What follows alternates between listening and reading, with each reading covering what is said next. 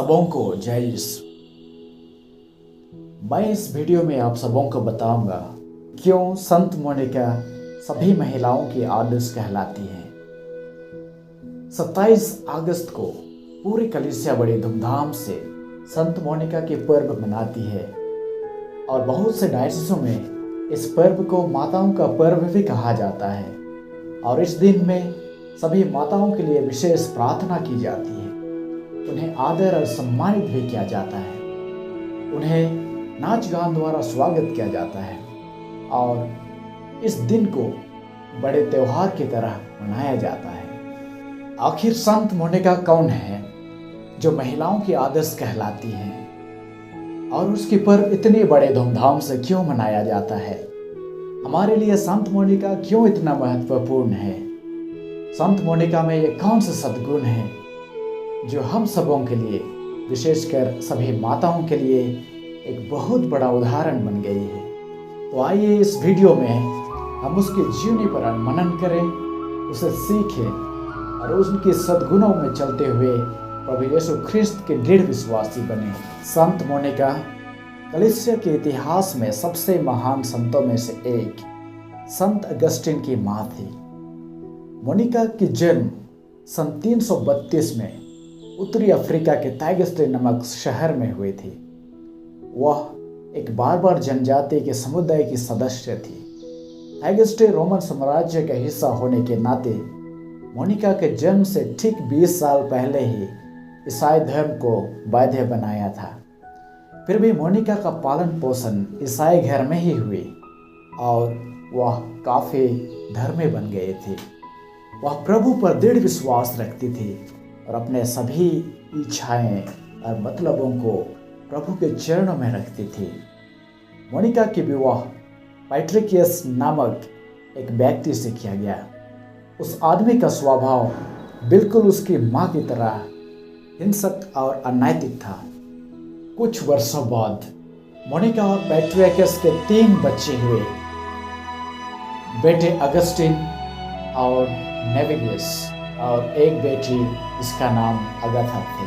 मोनिका का विवाह और पारिवारिक जीवन बहुत कठिन था, लेकिन वह गहरी आस्था और प्रार्थना करने वाली महिला थी। शादी के बाद मोनिका अपने पति के शराब की शिकार बनी, लेकिन उसने इन कठिनाइयों पर भी काबू पा लिया।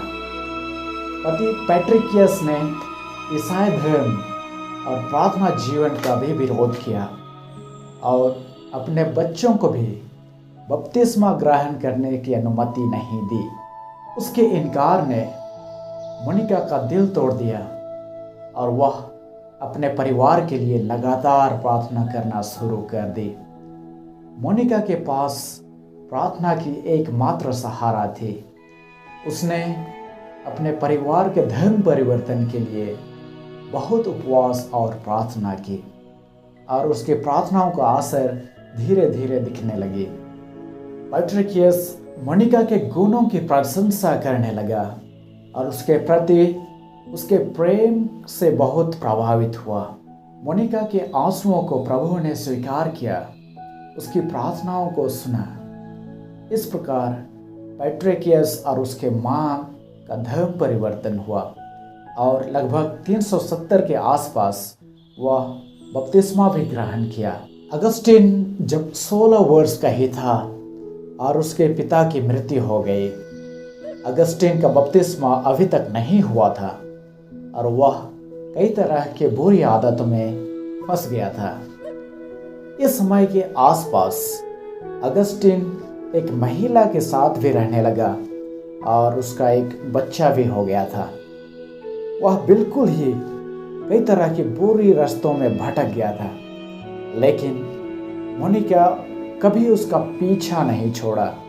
वह कभी हार नहीं मानी।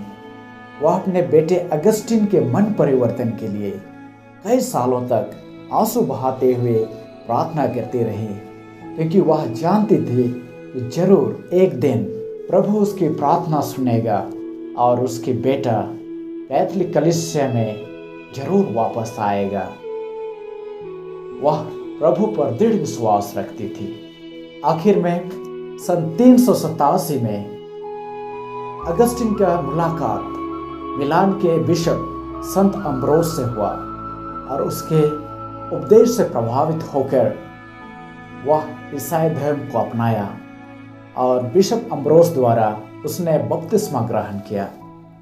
इस प्रकार संत मोनिका अपनी त्याग और तपस्या एवं प्रार्थनाओं से अपने पूरे परिवार के जीवन में बदलाव लाई।